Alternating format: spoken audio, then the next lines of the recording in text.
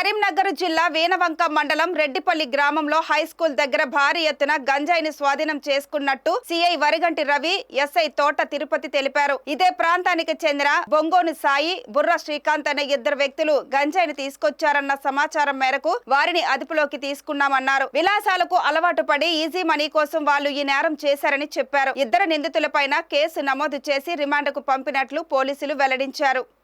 జమ్మికుంటకు వచ్చేసి వాళ్ళు జమ్మికుంట వచ్చిన తర్వాత వీళ్ళు మళ్ళీ గన్ముకుల దగ్గర వచ్చి ఆ వచ్చేసరికి లేట్ అయిపోయింది, నైట్ అయిపోయింది. అందులో ఇప్పుడు ఎవరికి దెబ్బకి శ్రీకాంత్గా బుర్ర శ్రీకాంత్ వీళ్ళు మళ్ళీ తీసుకొచ్చినాక మళ్ళీ మందు తాగడం తీసుకొచ్చి నైట్ అయిపోయింది, లేట్ అయింది. మందు తాగేసి నైట్ వెళ్తుంటే డిస్పోజ్ చేద్దామంటే ఒక చిన్నగా సీసో ఒక కూర్చుకోపోతుంది.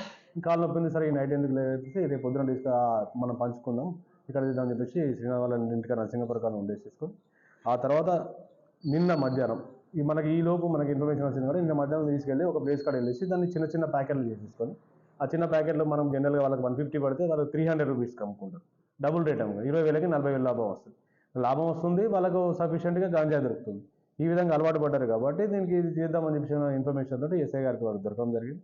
వాళ్ళు ఇన్ఫర్మేషన్ ఇచ్చేస్తారు. వాళ్ళ నుండి తర్వాత ఈ గాంజాను వచ్చేసి పంచుల ముందు సమక్షంలో వాళ్ళను తీసేసుకొని ఆ బండి ఏదైతే బండి ఉందో వాళ్ళకు పల్సర్ బండి ఉందో దాదాపు అది స్ప్లెండర్ బ్లాక్ బండి ఉంది, దానికి నెంబర్ లేదు. ఆ బండిని ఐడెంటిఫై చేసి ఆ బండి కూడా వాళ్ళ పంచుల దగ్గర చూసేసుకొని దాన్ని కూడా మనము పోలీసు స్వాధీనం చేసుకోవడం జరిగింది. ఆ బండిలో ముందు బ్యాగ్ ఉంటుందిగా, ఆ బ్యాగ్లో ఈ గాంజా కవర్ ఉంది, ఎల్లో కవర్లో చూస్తే అది మన ఘాటైన వాసనతోటి పువ్వులు మొగల్లాగా ఉండేసి దాన్ని ఏంటిది అని చెప్పి అడిగితే ఇది గాంజా అని చెప్పి వాళ్ళని చెప్పి జరిగింది. అదే పంచుల సమక్షంలో దాన్ని మనం సీజ్ చేసేసుకొని అక్కడ పంచనామా కంప్లీట్ చేసేసుకొని తర్వాత పోలీస్ స్టేషన్ తీసుకురావడం జరిగింది.